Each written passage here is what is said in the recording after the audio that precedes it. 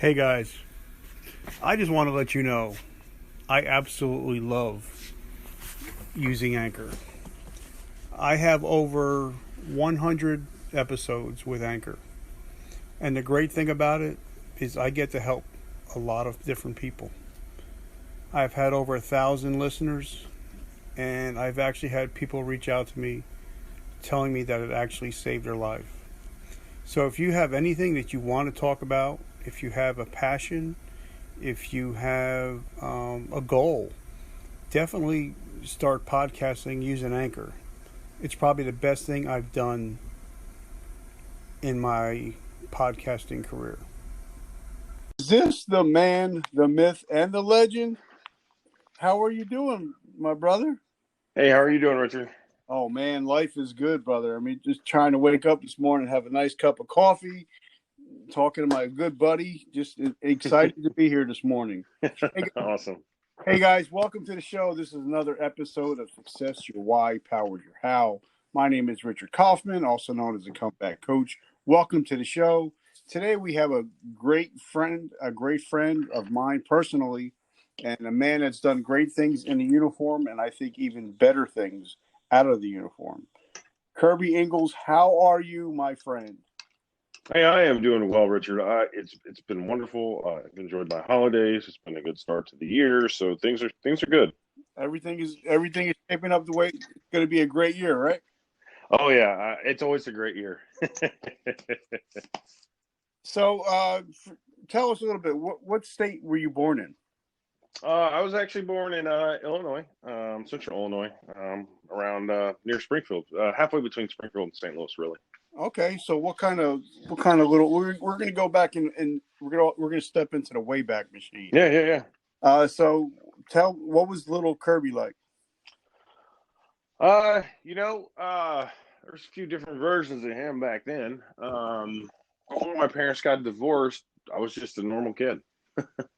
uh, and after that happened, I was a little bit more confused, a little bit more reserved, probably a little bit shocked. Didn't understand what was going on. And so I kind of became an introvert rather than an extrovert. And I kind of stayed like that for a while. Were you a child? No, I was not, actually. It was kind of a weird upbringing, rocky, not normal for most people. Maybe normal for some people. But when I was born, I didn't know who my father was. And a couple years later, my mother married and was married for about 7 years and then divorced again. And then a couple years after that, she remarried and divorced again and then married again. So I have 3 brothers and sisters that are half brothers and sisters, and we're all have different fathers except for the last 2. So, Okay. so yeah, I was in and out of broken homes most of my life. Now, what kind of student were you? Were you a good student? It varied, brother. Things were okay in the beginning. I struggled a little bit, and the reason why I struggled a little bit is I was colorblind and nobody knew it, and so I couldn't tell my colors. So they automatically thought I had some kind of learning disability. So they threw me in LD class. They didn't call it learning disability anymore. They call it something else. I think they call it success because we can't use the words learning disability. It might hurt your feelings, but yeah. So they stuck me in there, and then once I got in about junior high. I had a couple of really good teachers that sat me down and had a conversation. They said, "Hey, we don't want you to be in this class anymore. We want you to get out. We want you to apply yourself." That's all I needed. They said, they motivated me. 6th grade, I ended up getting straight A's. 7th grade, I had B's and C's. And then once I got into high school, I was like, screw this. I only need C's to get by. Were you an athlete at all? What's that? Were you an athlete at all? Yeah, I wrestled in high school. I played baseball. I played sports most of my life up until probably about 6th or 7th grade. And then when I started letting my hair grow out, started smoking a little pot, drinking a little bit, doing some things like that. I stopped playing sports altogether for the most part. But a good coach by the name of Dave Harris convinced me to play baseball and wrestle my sophomore year. And so I got back into sports. But I wrestled all the last 3 years of my high school days. Now, I've talked to a lot of people on this show, and some of the most successful people that I've met actually came from a wrestling background. And for a lot of people that don't know, wrestling is a very you have to be strong mentally, especially when it comes time to cutting weight. And it's just you on the mat. There's if you fail, it's on you. If you win, it's on you. So, did that help you when you joined the military to have that kind of mindset? Yeah, for sure it did. I mean, I joined the military when I was a junior in high school, so I joined the Illinois Army National Guard. So the wrestling piece, it gave me the mindset plus the work ethic. I mean, I already had the work ethic a little bit because I worked on the farm, but uh, to do it for myself, it wasn't because dad told you or mom told you. It was about me at that moment, and so running stairs, jump roping, doing 30 seconds in, 30 seconds off the mat, just doing those drills repetitively over and over. It was a challenge. No doubt it's hard, but he wanted to instill that work ethic, and he wanted to make sure that we had the endurance to go the distance. He didn't want you to go out there and pin a guy. He wanted you to go the distance. And so it was just a human chess match. It was you against another man. Now you got to tell me because I love hearing these recruiting stories. So tell me about your recruiting story. Yeah, my recruiter was an old man. He was an old man, Illinois Army National Guard, and his last name was Huckabee. He's probably no longer around. That was years ago. He was probably in his 60s when he recruited me, and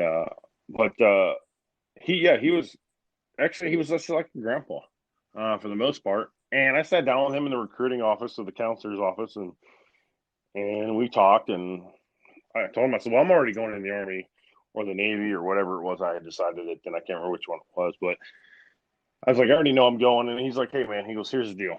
He's like, "Let me help you out here a little bit." And he said, "Hey, look, if you go in the Illinois Army National Guard when you're a junior in your high school, obviously you have to go to basic training in the summer, between junior and senior year, and then you come back and you go to AIT." He says, "Then you can decide what you want to do, right? This is only part time, and because it's only part time, you're going to get a paycheck on the weekends, and there's some added benefits to that." And he explained it to me, and I was like, "You know what? Not a bad deal. I can go ahead and get started now as a junior, start collecting time, because that's what I cared about was the time." And I was like, "We'll see how this works out. And if I don't like it after high school, I can find something else to do. And I'll just do my 6 years in the guard and 2 years in the uh, uh, ready reserves, or whatever it's called, the individual ready reserves." And so that's what I did. And lo and behold, the benefit to all that, and I lost track of him because he retired there shortly after, is when I did join active duty Army, while everybody else who was joining when they were 18, 19 years old were just getting paid, right? The less than 2 years, and as a specialist, I was a specialist by that time, and I was getting paid for more than 2 years in the Army. So actually, because of the basic pay entry date and then the basic active service date were all different, I actually throughout my entire career got paid an additional 2 years more than everybody else Now, because that guard. What was your MOS? Originally I was supposed to be an infantryman, but I found out I was colorblind. So, and I didn't find out I was colorblind. So I went through all my school years not knowing I was colorblind until I joined the military. And then so I changed it to they made me change it to HR. So you joined the Navy? No, I joined the Army. Okay. I'm a human resources guy in the Army. So what kind of soldier were you? Because I'm sure, the PT was no problem for you, but how was coming from a farm boy going to basic training? What was that like? I got in trouble while I was there. I got in a fight with another dude, and we both got Article 15s. So we ended up punching each other out. He had a concussion. I had to go get stitches. So yeah, it was one of those days. But that was the last couple of weeks we were there. When I left, actually, the day of graduation, that's when the 1996 Atlanta Olympic bombing happened. Right. So they had to put us on a bus, and they shipped us down over to Alabama, I believe it was, and some airport over there, and we flew out from there. So, which was interesting because the next time I would leave home, because I pretty much stayed there in Fort Riley. After I joined the active army, I left for Egypt, and when I was over in Egypt, the Twin Towers came down. So it seemed like every time I turned around, I'm like, "What am I doing? why do I want to be a part of this madness?" So, and it was a career after that. Now, did But you yeah, no, deploy? I wasn't. What? Yes, I did. I deployed to Iraq in 2007. Yeah, 2006 to 2007, and I went to Southwest Southwest Baghdad, and they call it the Triangle of Death, but it's where the Mahmadiyya Yusufia area. Okay. So how many years did you do total?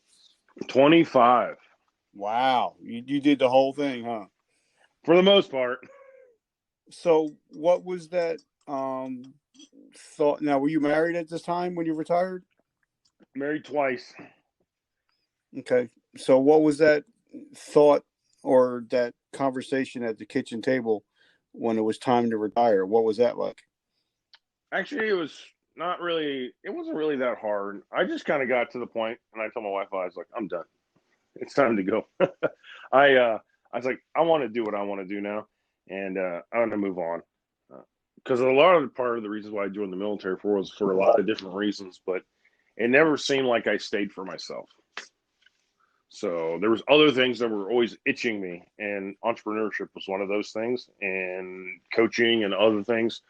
But the first time I wanted to get out of the military, I just wasn't happy, and I stayed because I was convinced to stay. The second time I wanted to get out of the military, I wanted to get out because I was getting divorced, or I was divorced, and I wasn't seeing my son again, or for that much, and I wanted to be with my son, and so I stayed for him, and then I struggled with it for the last couple of years before I retired, and just got to the point where I said to my wife, I was like, I just don't have the commitment anymore, and so it's time for me to go before I become one of those guys. So now, did you notice anything?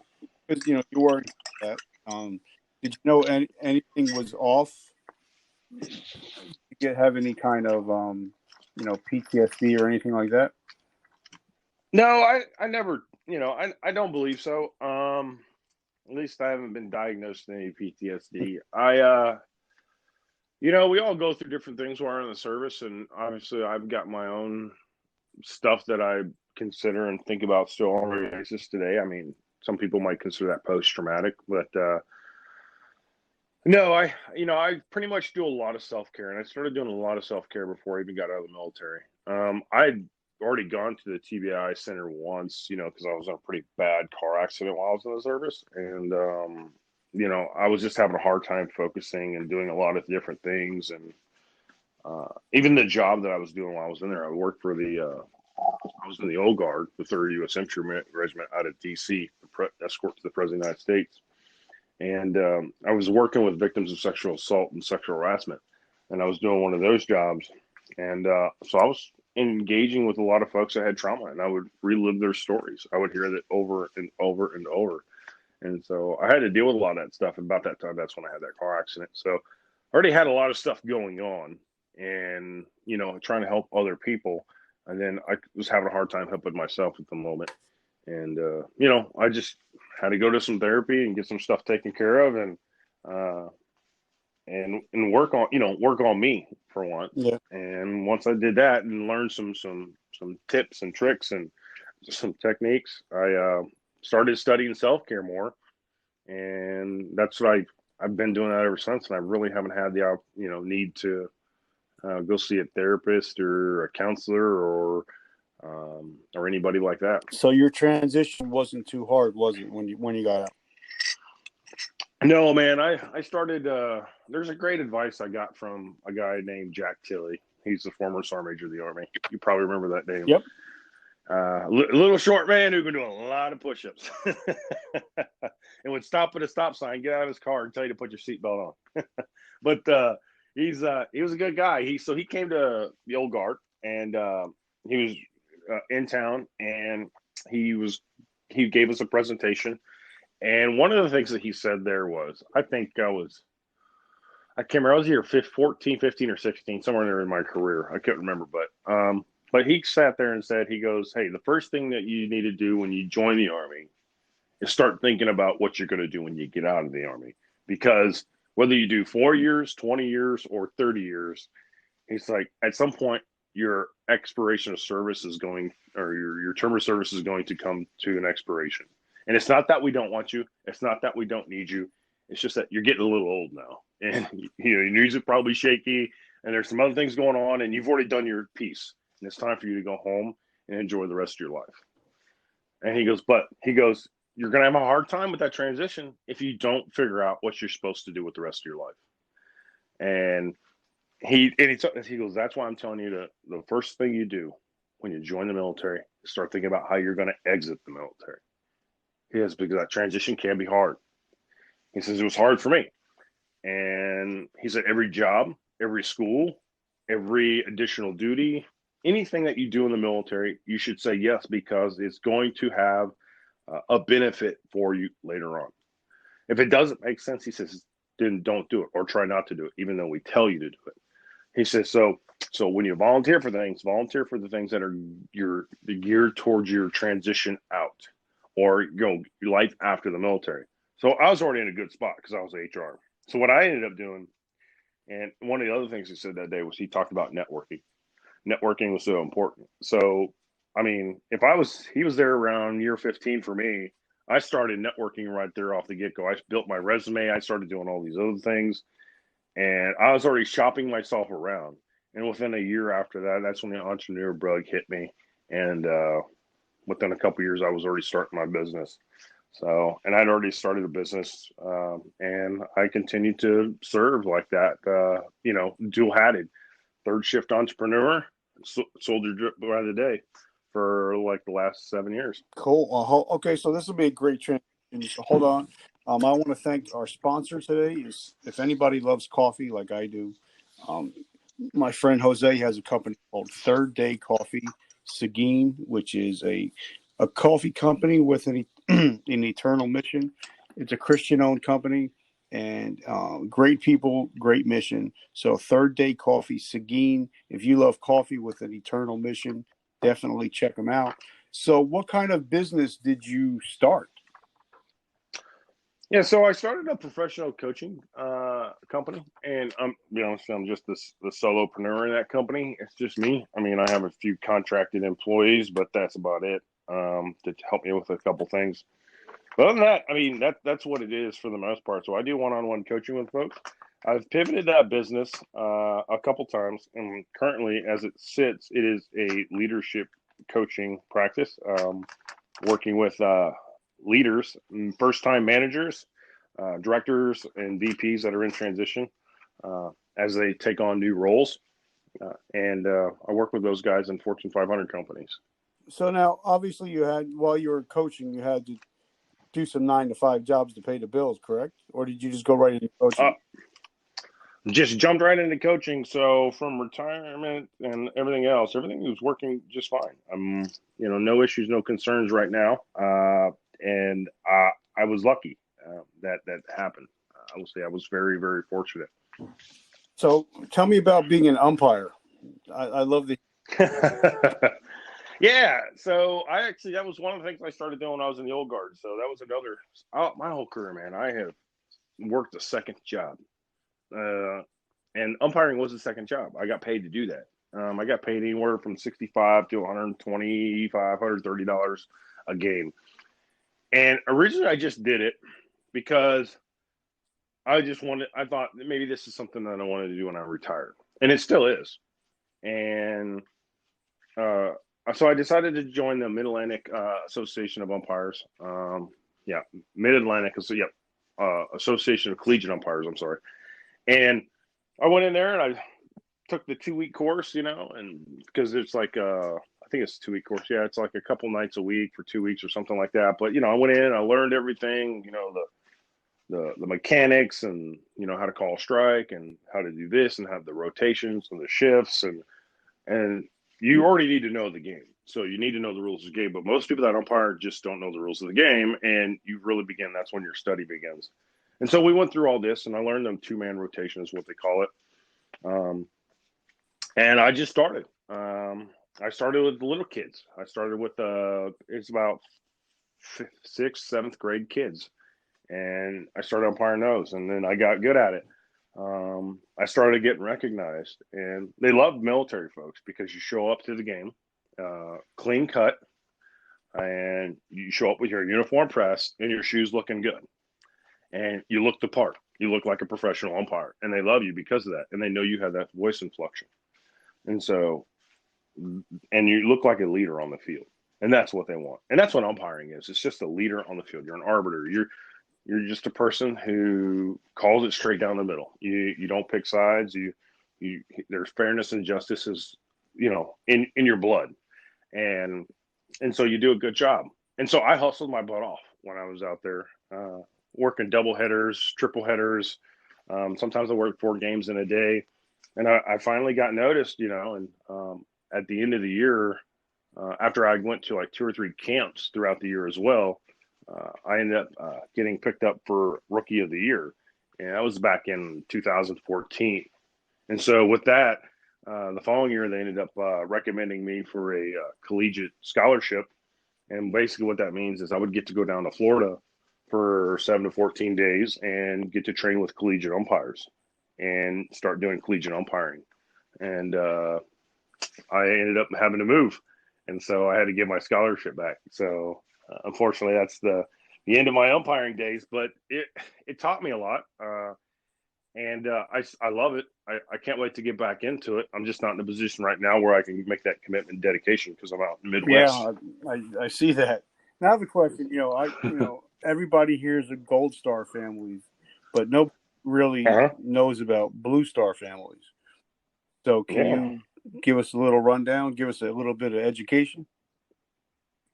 Yeah, so the reason why I got involved with Blue Star Families several years back was because of a coaching opportunity. Blue Stars Families is the one is always around. There's a lot of added benefits to Blue Star Families, but one of the things that most people know them for is the free museums. And so Blue Star Families gets everybody into those museums between, I think it's Memorial Day and Labor Day for free. And they do that. They had an interesting program when I was with them, and that was the caregiver program with Rosalind Carter Institute of Caregiving. And so since I already had an education coaching at the time, what I did was I came alongside them and I worked with military caregivers. So these are spouses of veterans who had come back from the war or something, right? And they just couldn't care for themselves 100% of the time of the day. And that was it. They needed help with some kind of function. It doesn't mean that they were quadriplegic or an amputee or anything like that, but there was something throughout the day that they needed help with. It could have been some kind of severe form of PTSD. It could have been a lot of different things. All it required was that they couldn't, they had to care for someone else and that they normally didn't have to care for before. And so I went in there and I helped them with some problem solving, some reduction in stress, and things of that nature. And what we did was we used an alternative and a hybrid problem solving technique that I still use today with people in corporate America. And all this is kind of brought in by Rosalind Carter Institute of Caregiving. And Rosalind Carter is the spouse of former President Jimmy Carter. And she started up this program, and she got linked up with Blue Star Families. And since Blue Star Families was connected with military families, it went really, really well. I did that for about 3 years, and the VA has the same program, a very similar program to that. And so I worked with probably dozens of spouses over that time frame, just trying to help them do day-to-day stuff, everywhere from finding the time to take a shower, or because they were constantly consumed. And a lot of these spouses had young families on top of an adult that they were having to help out and take care of.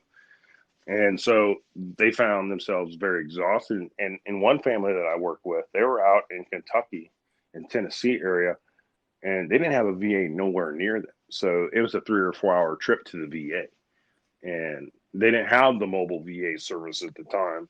So there were a lot of issues and challenges that they were struggling with. Some were broke, some were in abusive relationships. Some, there was a lot of things going on. And it was my job to come alongside them and kind of help them work through some of the issues and challenges that they were facing every day and teach them how to do problem solving. We found out that was a skill that they were lacking in. And it wasn't that they couldn't solve the problem, but to do it right. So most of us, when a problem comes into us, or we face a problem, we will decide the very first thing that comes into our mind, we will say, okay, this is what I'm going to do. Well, if that doesn't work, what do you do? Okay, you try something else, and then you try something else, and you keep trying different things until it works. Well, for us, that was exhausting for them. So we took a step back and looked at the problem, and we measured it in a lot of different ways. And we said, okay, what are the different opportunities here? Like, can I solve it doing this, or this way, or this way? And we come up with 3 or 4 solutions, and then we look at it and use this chart to kind of figure out, okay, which one works best? Okay, this is going to benefit me socially. This is going to benefit me financially. This is going to benefit me, this way or that way.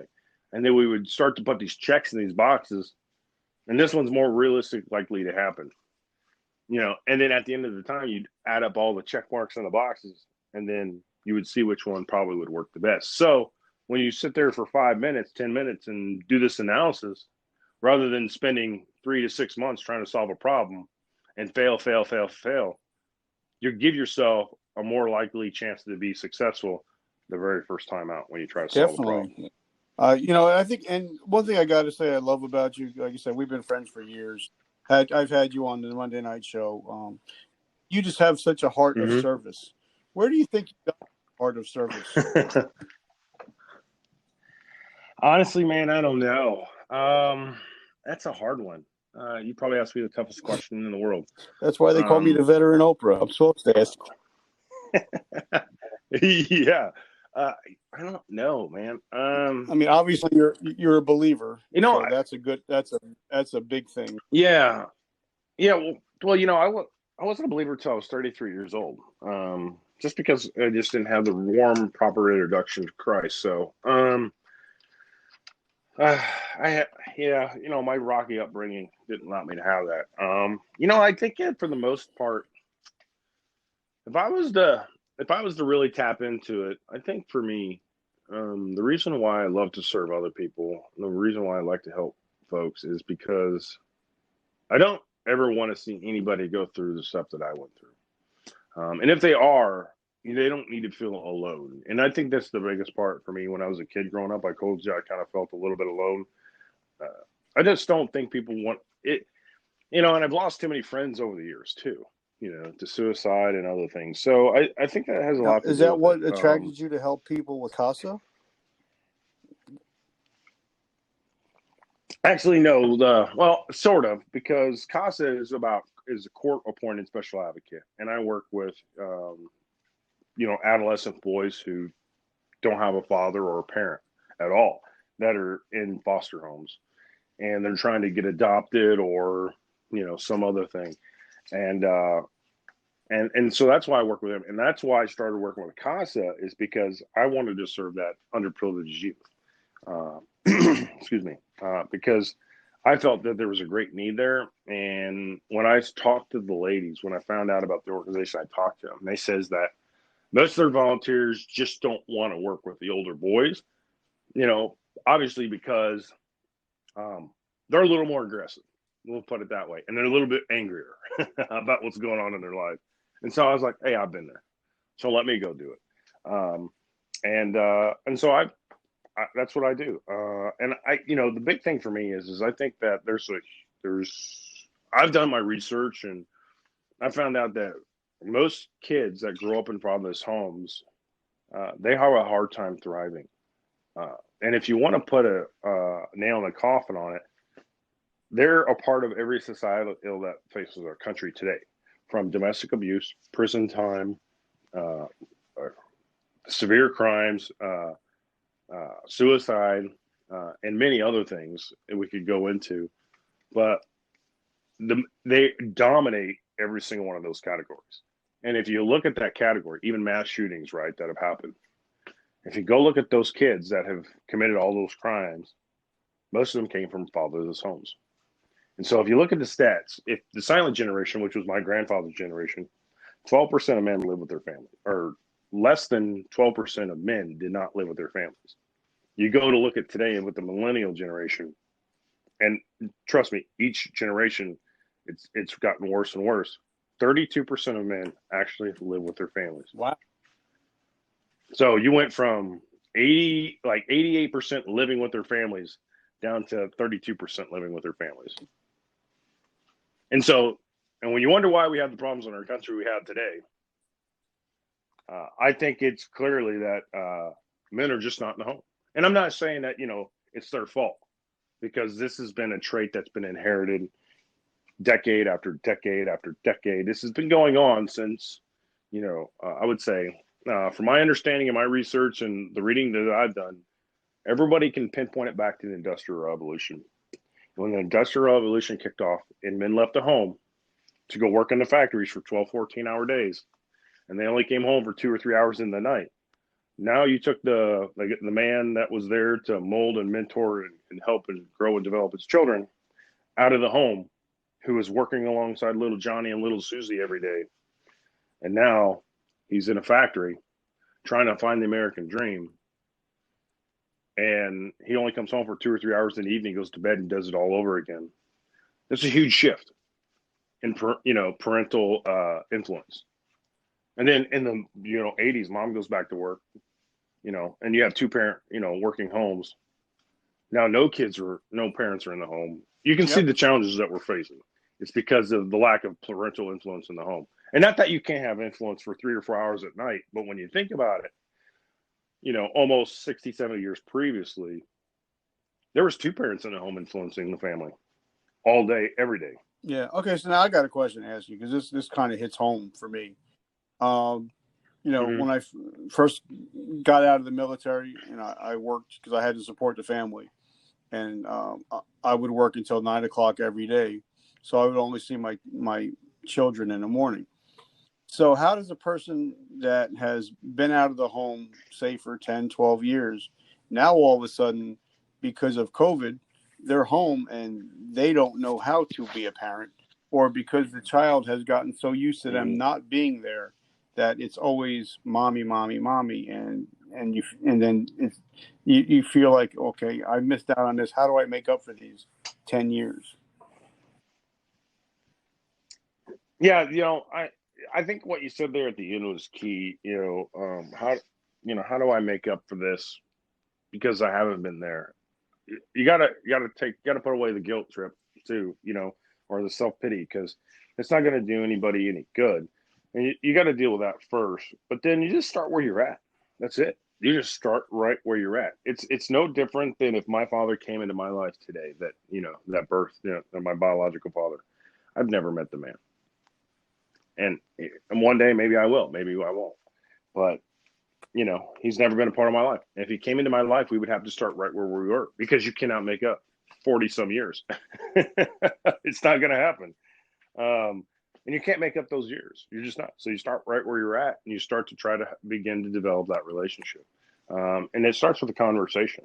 And it starts by being curious and asking, open-ended questions and getting to know who that person is and what they like. Because between the ages of 3 and 7 is the years that you have the most influence over a child. Because after that, they begin to develop their independence and their individuality and their own identity. And so that's the critical years right there to establish relationships. More so at birth, right? Because there's that bonding that goes on. But between 3 and 7, that's when the brain really develops a lot. After that, it's all about refining and rewiring. Okay. So now a lot of people that are listening to this are either veterans or they're entrepreneurs. So we're talking a little bit about business. So what was it like the first day that you decided to hang out your shingle of being a coach? So how did that go about? Say that question again. I'm sorry. What was it like? Because like when we're in the military, we're get used to being paid on the 1st and the 15th. We got our health insurance. Yeah. But now we're civilians. how did you go about starting your business? What were some of the first steps you took? Well, the first thing I did, actually, I would say probably the first thing I did was I took a college class, and I was getting my master's in human services counseling. And about halfway through that coursework for that 2 years, that's when I decided to start a business.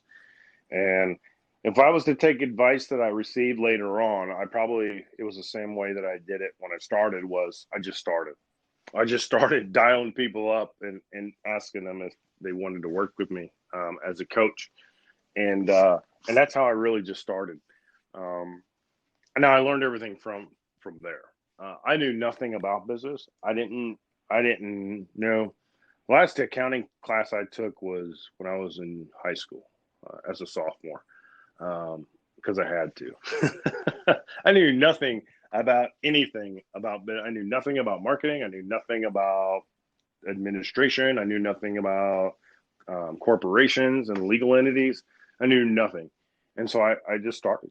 And as ideas came up, I researched.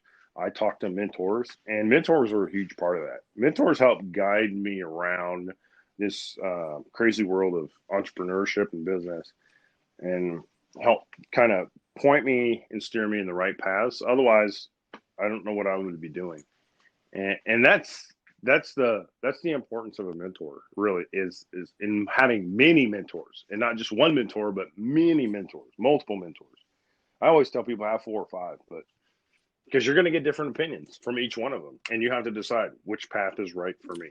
So now you're in your own business. Okay, because now I follow you on social media.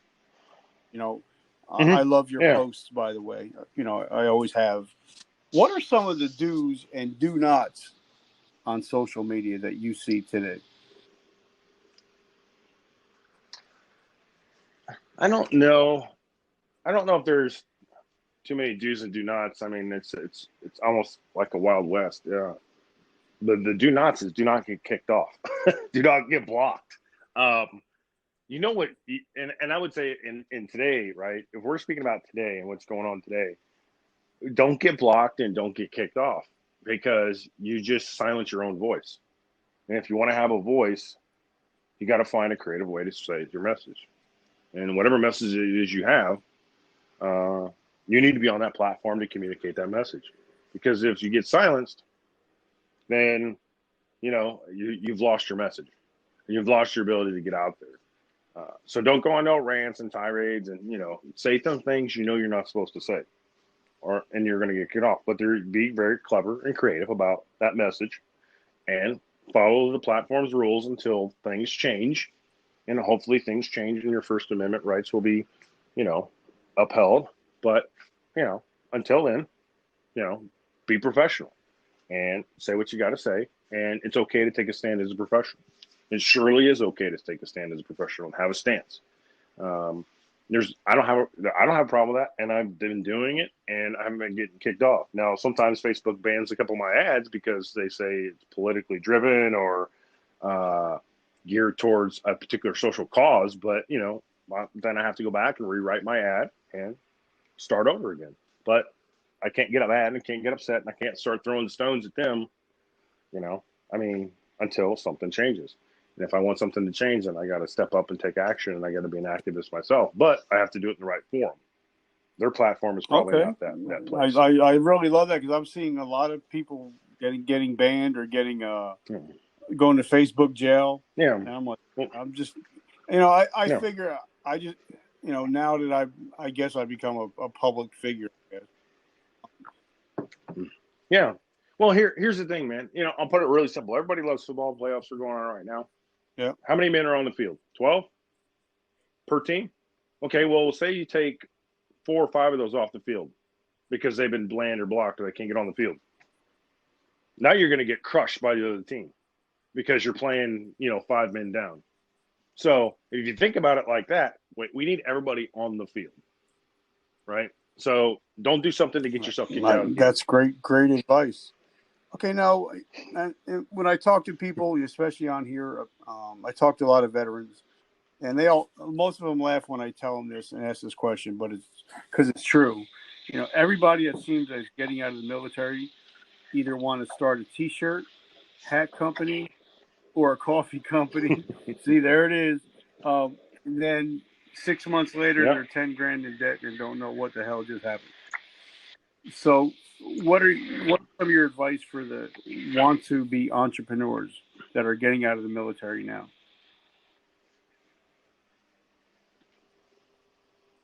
So the advice that I would give, entrepreneurs who are getting out of the military or people that have an itch to start their own company. I don't know how challenging it is to start a t-shirt business, a coffee business. I mean, you really have to love those things. I mean, you have to have an understanding of textiles and the textile industry, or you have to understand the coffee bean industry. I love those things, but I don't know anything about them.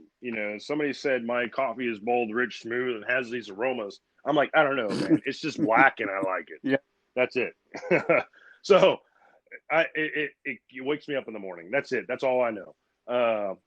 I couldn't tell you the difference, right? I don't have the nose for those types of things. So first of all, you probably have to have a skill set for that particular thing. When you touch a fabric and textile, you should be able to know immediately like what's going on. So you really need to be expert in your field. And so, but if you want to go in that arena, or if you want to go to any other industry whatsoever, my suggestion is, I'll give you a free resource. If you go over and I have no stake in this whatsoever. This is just one of the things that I did, was I would go over to Bunker Labs and take their 3-day or 3-week course. I can't remember which one it is. It's 3 days or 3 weeks. And they have you do a bunch of exercises with your business plan. Well, not necessarily business plan, but your business idea. And they'll walk you through that with this free self-paced online course. And you can actually decide if your idea is worth it or not, and whether you go forward. And my thing is it was my principle that I was not going to take a loan for nothing. I had drawn my line in the sand, and I said, I am not going to borrow money. And I went out and I did some speech competitions, and I won some money, and I did some things like that, pitch competitions, but which kind of helped boost things for me. But I found ways to make money. And then when I made money, I reinvested the money back in the business and didn't take, anything off the top for a while. And that's how I did it. I refused to take the loan. And I know people think they got to go from 0 to 100 like that, but you don't have to. You can start out slow and grow your business slowly over time and begin to shift a little bit to the left or a little bit to the right as you need to. And begin to test things. Because if you go guns blazing all the way out, then you're going to find you're going to be $10,000, $20,000, $30,000 in debt on top of whatever debt you already had. Because you try to start a business and, you just roll all the dice. It's like going to the casino. So now when you first became a coach, how did you know what to charge people? I didn't. I try. That's where I try to talk about trial and error.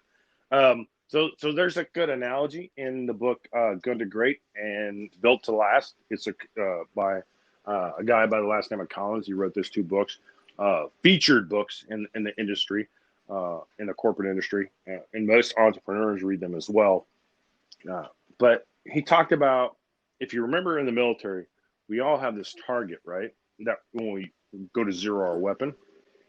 And what did you do? You shot 3 rounds and you went down and checked the target, right? And then you shot 3 more rounds and you went and checked your target. And you made adjustments with each, shot group until you were on the bullseye. Well, he talks about the same thing in the book.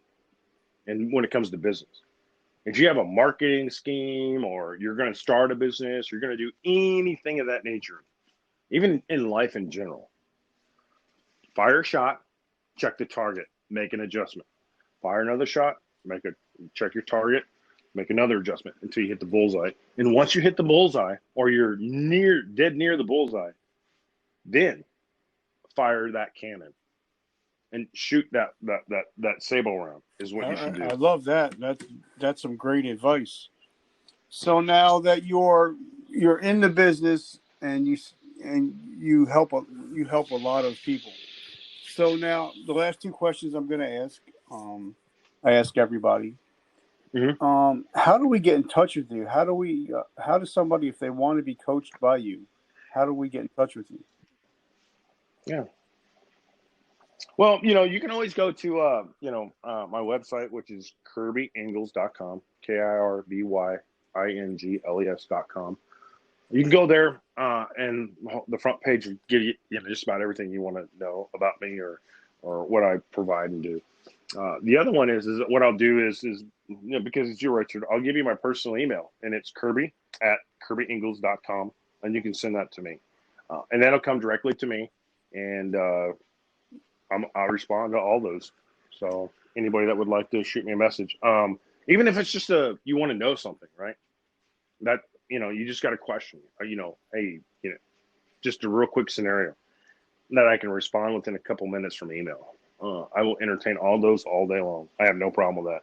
As long as as long as you don't do it every day. Then I would never be able to do last question I ask everybody is, if I say, Kirby, I want you to do something in the next 7 days, it'll probably never get done. It'll always get pushed to the back. But if I ask you to do something in the next 24 hours to take an actionable step, you're more likely to take it. So if you know somebody that's struggling in business, what is something they can do in the next 24 hours to start to right the ship?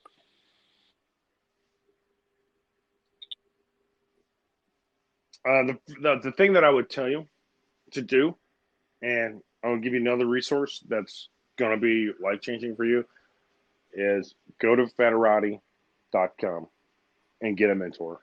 There are so many veterans out there and so many people that want to serve veterans out there on Fatherless.com that are willing to be mentors to veterans.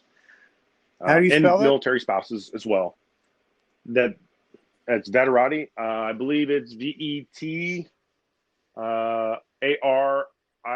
It's I'm sorry, man. I'll put it spell it. liner. Yeah, I'll send you a link. It's Veterati.com. You can find it on LinkedIn. It's Diana Rau, DIANARAU. She's on LinkedIn as well. And she owns the company. Her and her husband, I believe, both run it. I have met probably at least 30 mentors off that. I still use it today. You can get on there. You can search the directory. You can find people that, have done what you want to do. Even people in the corporate industry that have been successful and have gone down that path and that road that you are on. That's the first thing. A mentor will support you. You can confide in them. They will advocate for you, and they will introduce you to the people that you need to be introduced to. That will help you solve problems. If a mentor on that program couldn't help me, they helped me out and introduced me to other people. Some mentors will introduce you to 3 or 4 new people. And as you know about it, all right, as you expand your network, guess what? Big things begin to start happening as long as you, facilitate those relationships. But it's reciprocal. You just can't take. You have to give back. And, I'll leave that up to you how you do that, because everybody has their own special talents and skills. And so you can give back in your own way. But most of them don't want anything in return. Like, I met a LinkedIn coach on there one time, and how I started doing my LinkedIn marketing. And he gave me his entire course for free. And then all I did was, all he asked me to do was tag him and say thank you in a couple LinkedIn posts. And every time I saw something that was worthy, that it was interest me or help me out, to share that with him and to give him a shout out on social media, which helped his profile go to the top. And so that's all he ever wanted. That's amazing. So, guys, if you're listening to this, make sure that you follow Kirby. Make sure that you follow this podcast. We're on Facebook, Instagram, Twitter, LinkedIn, Tumblr, Smoking Bacon. Now we're on TikTok, so we're everywhere. So make sure you follow us, leave a comment, leave a like. Kirby, thank you so much for taking time today, brother. I know it's kind of early, but I appreciate you coming out and hanging out with us. Hey, no problem, Richard. It's been a pleasure to speak with you again and be here. And on God your bless show. you. So And thank you for being a brother in Christ most of all. All right, brother. Bye. Thank you, Richard. I love it.